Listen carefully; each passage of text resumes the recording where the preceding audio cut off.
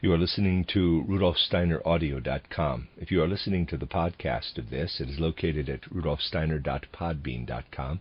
Please consider becoming a patron. As well, there are two publishing houses, SteinerBooks.org in America and RudolfSteinerPress.com in England, which are the sole publishers of Steiner into English and have given me permission to do these recordings. Please consider patronizing them as well.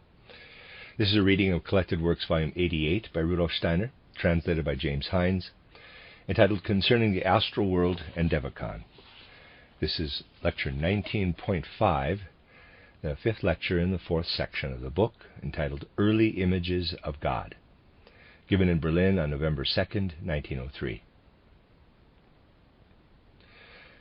Today I would like to speak about certain phenomena that are connected with the condition that appeared in the middle of the third round, the third period of time in Earth's evolution.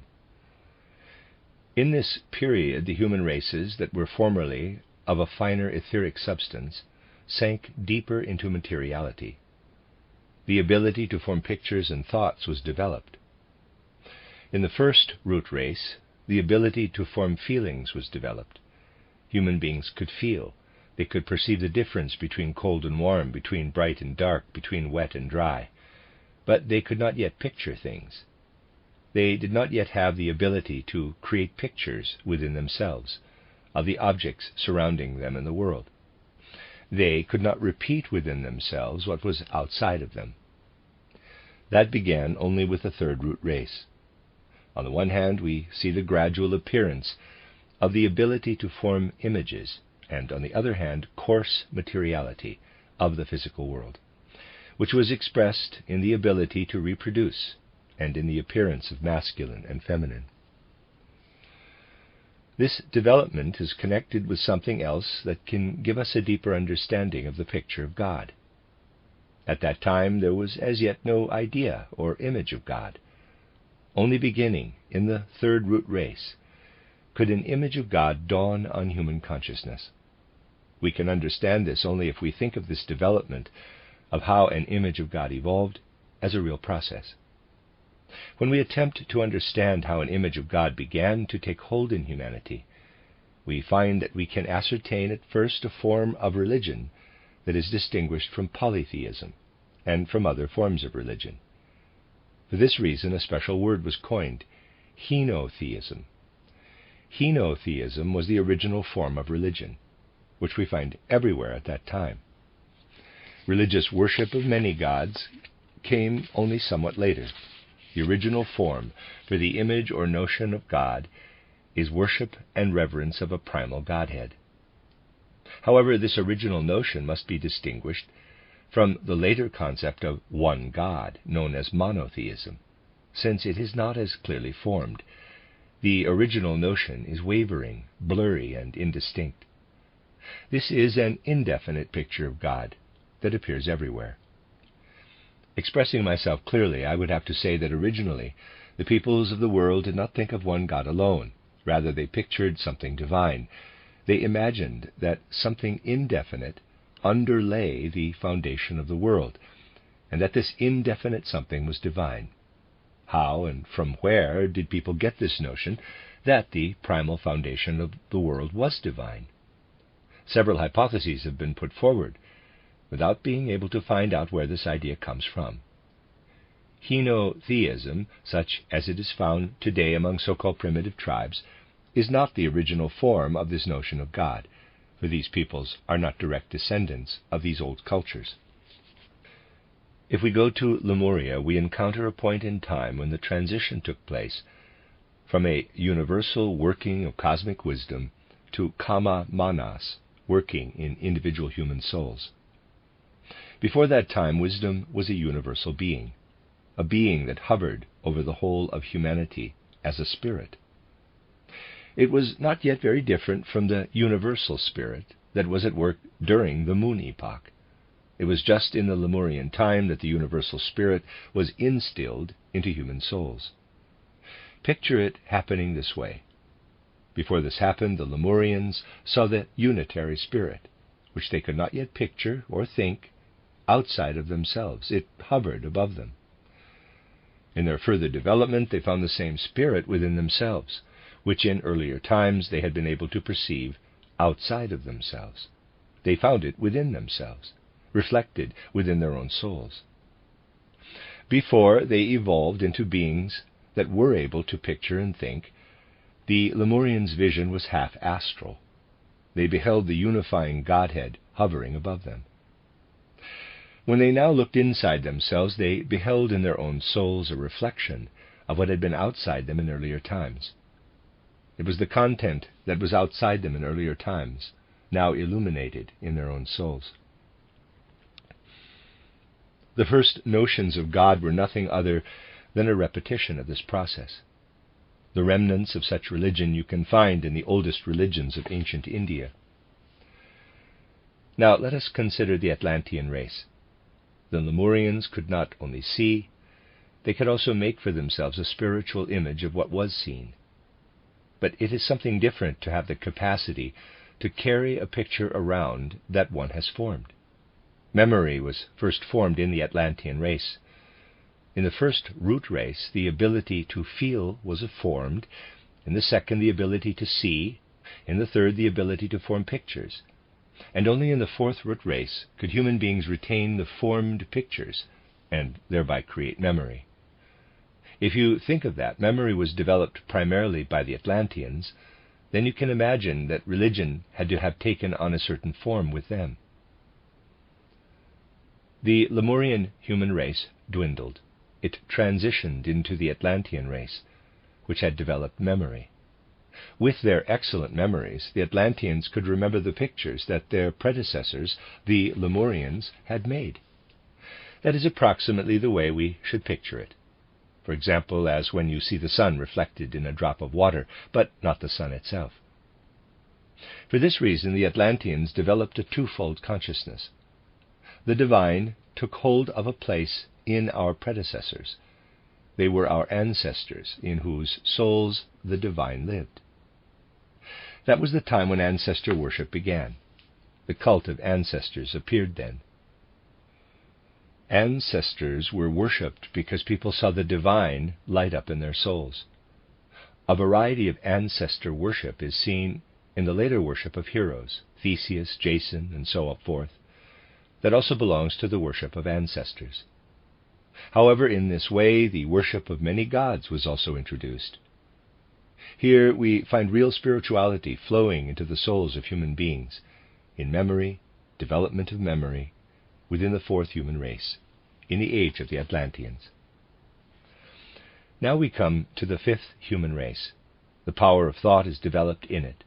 The Atlanteans did not calculate in the same way that we do, because the power of thought is necessary to do so. Logic. You know that 2 + 2 = 4. You know that. You acquired this knowledge through thinking. The Atlanteans did not yet have this ability. When they had 2 and then again 2, they did not say 2 + 2 = 4, but rather, quote, how many did we have in previous cases? The Atlanteans' ideas were thus bound to their memory. The Atlanteans could see their entire lives spread out before them, and also that of their ancestors. This should not be confused with the Akasha Chronicle. It was human memory. In earlier times, people sensed things with their entire nature. It was not like today, where we must first touch something. Today we have the laws of thought, for example, 2 + 2 = 4, and we conform ourselves to them. The religious consciousness in the fifth root race must be developed under the influence of thinking. Human beings in the fifth race seek not only to perceive what is around them, they seek not only to arrive at a sensation, rather they seek to grasp things with their thought. Thinking has become for them an important means for achieving wisdom. In this way they free themselves more and more from the past, because memory is drowned out. Revering what is old is disappearing. Reverence is attached only to what lives deeply in the soul as manas, and what announces itself as manas. For this reason, the fifth root race is reaching the point where manas is recognized as the divine. The fifth human race, therefore, no longer practices polytheism, but rather strives to achieve the mastery within and to recognize the center point of the human being. For this reason we have in the fifth human race the greatest masters: Lao Tzu, Confucius, Buddha, Moses, Zarathustra, and so forth. Humanity has thereby been released from the past and from the worship of its ancestors. It is beginning to recognize divine wisdom that has been realized in time. If you understand the deeper meaning of ancient Greek mythological images, you will see how in the sequence of steps of the Greek gods there is complete awareness of this sequence of religious experiences. We must imagine that the same power that hovered everywhere above the Lemurians, the power that lived in space as a unifying wisdom, was called Uranus, or Father Sky, by the Greeks. Uranus was relieved by Kronos, the god of time, by the god who lived in memory. He constantly swallowed his children. He represented the entire ancestor divinity. Then followed Zeus, the anthropomorphized god, the god of the heroes. He is a variety of the same principle. Then the cult of Dionysus came. Dionysus was the striving, suffering, feeling, thinking human being. He was represented as originally having been killed, cut into pieces, and then resurrected. And now again he strives upward in the world. He is the representative of mastership, of Mahatmaship, the representative of the image of God in the fifth race. Thus these three steps were preserved in Greek consciousness: Uranus as henotheism, Kronos and Zeus as polytheism, Dionysus as Mahatmaship. This will explain to you why the religion of Dionysus in Greece was a secret, a mystery religion. The Greeks hid this cult in the mysteries. Aeschylus was called before the court because he had betrayed the secrets of the mysteries by portraying them on stage. But he was able to prove that he had never been initiated in the mysteries. Socrates had to die because it was believed that his teaching originated in the mysteries. Capital punishment was always the sentence for betraying the mysteries. Every mention in Greek myths of a trip to the underworld always signified an initiation. It meant that the one referred to was a student of the mysteries, even Hercules. Every myth signified something very specific, never something arbitrary. There was no need to believe. People just knew it. It was known through initiation. Initiation brought individuals to the point where they could really recognize the meaning of the myth. The initiate of the fifth root race is filled with the attitude that the fifth principle of humankind is struggling into existence in them, that they are bearers of humanity for the fifth root race. In this way they also arrive at the recognition of Mahatmaship. The more deeply we go into these matters, the more we arrive at the inner progress of humanity's spiritual evolution. Now it will no longer appear so incomprehensible when I speak of the mysteries. You see, theosophy is nothing other than an ongoing revelation of secret connections and relationships to the world. The secrets that theosophy can reveal today are still very elementary, but they are something that already place human beings deeply into a great context. On the one hand, these secrets cause us to appear small, like a small pearl in a great clam. But on the other hand, we appear large when we reflect on the higher self and imagine our incarnations as a totality of pearls.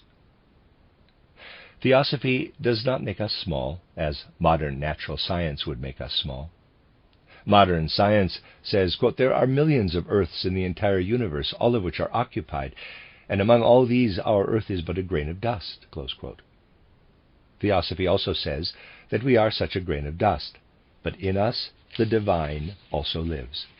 This divine spark that we find in the center of our consciousness did not arise in us, but rather it was drawn into us from outside. It is the same as what lives outside in the macrocosmos. Feuerbach did not arrive at any special wisdom when he said that the ancients were wrong, when they said the Godhead created the human being according to its image, because the human being created God according to his image.